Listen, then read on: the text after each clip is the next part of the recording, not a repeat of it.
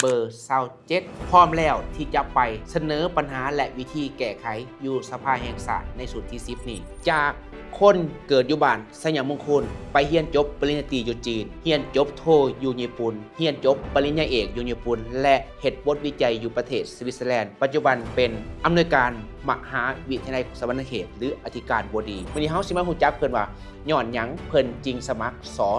สหรือสมาชิกสภาแห่งชาติและเพิ่นมีคุณวุฒิวัยวุฒิประสบการณ์อย่างแน่เชิญอาจารย์แนะนำตัวเองเจ้าสวัสดีข้าพเจ้า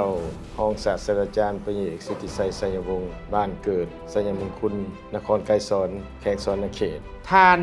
ห้องศาสตราจารย์ปริญญาเอกสิทธิไสยเพิ่นลงสมัครอยู่ในเขตที่13แขวงสวรรณเขตเบอร์ที่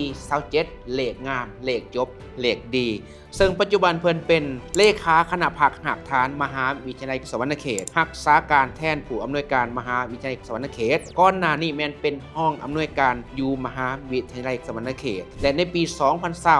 2025เป็นหัวหน้าของการค้นคว้าวิทยาศาสตร์และบริการวิชาการมหาวิทยาลัยแห่งชาติปี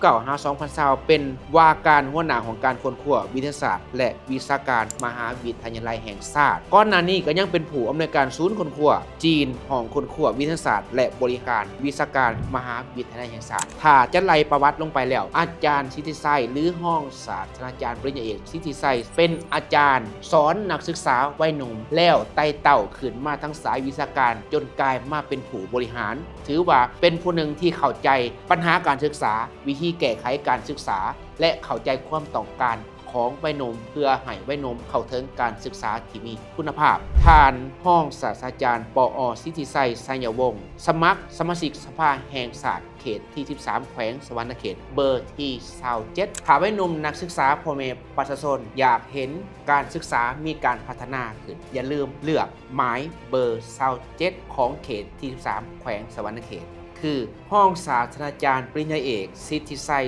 สัญญวงศ์พร้อมแล้วที่จะไปเสนอปัญหาและวิธีแก้ไขอยู่สภาแห่งชาติในสุดที่10นี้ฉะนั้นให้รักษาสื่อเพิ่นไว้กรุณาอย่าขีดออก